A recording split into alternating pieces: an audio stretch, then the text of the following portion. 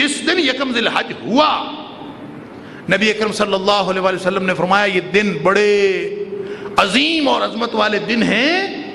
فَأَكْثِرُوا فِيهِنَّ مِنَ التَّحْلِيلِ وَالتَّكْبِيرِ وَالتَّحْمِيدِ، ان میں زیادہ زیادہ تکبیریں پڑھا کرو،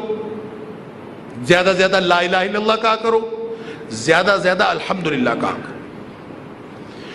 اور وہ جو تکبیر کے الفاظ بعض روایات میں آتے ہیں، اللہ اکبر اللہ اکبر،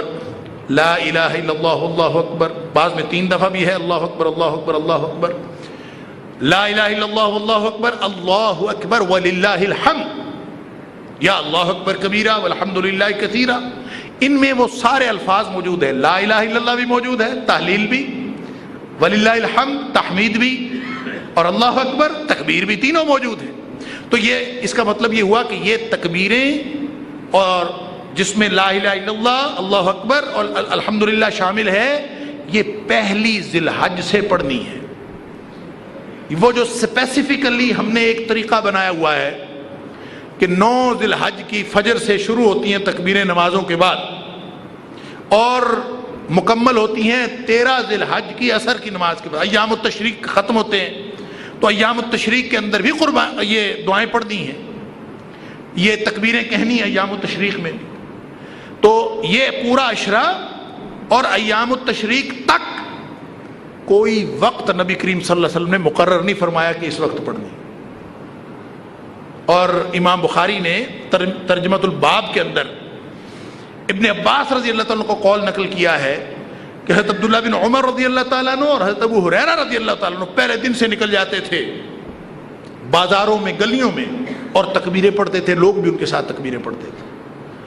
تو اس کا مطلب یہ ہوا کہ کوئی وقت مخصوص نہیں ہے، بہت زیادہ تکبیریں پڑھنی چاہیے، بہت زیادہ الحمدللہ پڑھنا چاہیے، بہت زیادہ لا الہ الا اللہ پڑھنا چاہیے،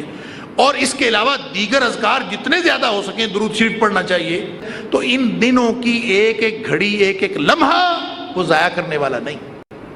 اللہ اکبر اللہ اکبر اللہ اکبر، لا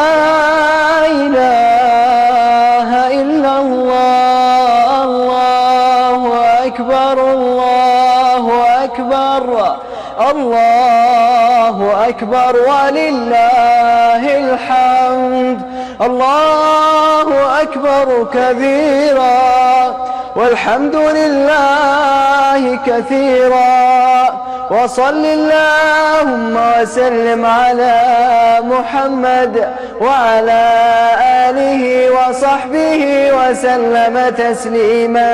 کثیرا۔ اللہ اکبر اللہ اکبر اللہ اکبر، لا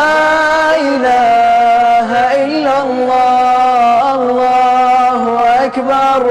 اللہ اکبر وللہ